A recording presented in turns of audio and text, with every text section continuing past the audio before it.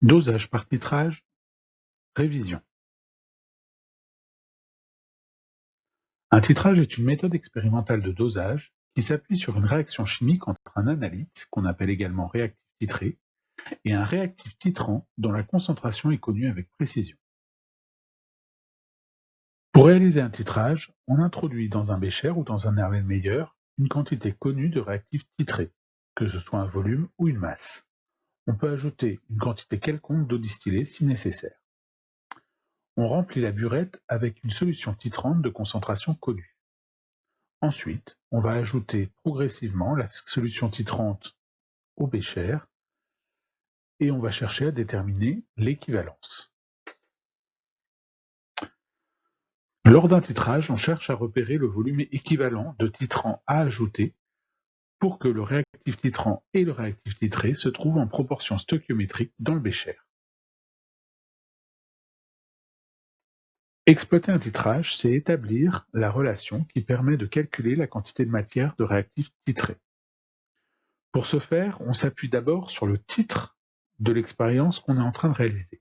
Par exemple, si on réalise le titrage de l'acide oxalique par le permanganate de potassium, l'acide oxalique est le réactif titré, donc on va le mettre dans le bécher. Le permanganate de potassium est le réactif titrant, on le trouvera en général dans la burette. On commence par écrire l'équation bilan du titrage.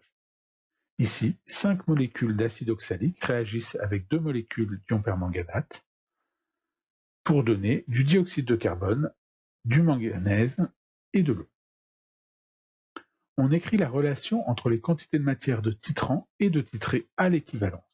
Pour ce faire, on va simplement diviser la quantité de matière de réactif titré par son coefficient stoichiométrique, et à l'équivalence, cette quantité sera égale à la quantité de matière de titrant divisée par son coefficient stoichiométrique. Enfin, on va établir l'expression de la quantité de matière de réactif titré en fonction de la concentration de réactif titrant, du volume équivalent et des nombres stoichiométriques.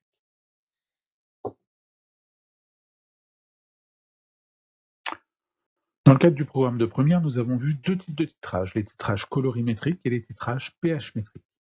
Dans un titrage colorimétrique, on cherche à repérer l'équivalence par un changement de couleur du milieu réactionnel. Évidemment, on ne peut utiliser un titrage colorimétrique que si le milieu change de couleur à l'équivalence, soit parce que les réactifs sont colorés, soit parce qu'on va utiliser des indicateurs colorés adaptés.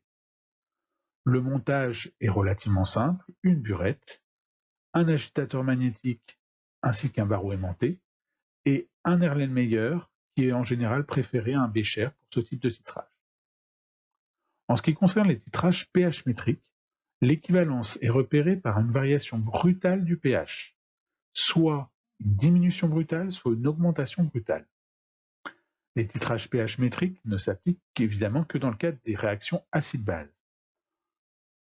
En ce qui concerne le montage, on va suivre l'évolution du pH du milieu avec un pH-mètre lorsqu'on ajoute des volumes croissants de solutions titrantes au milieu.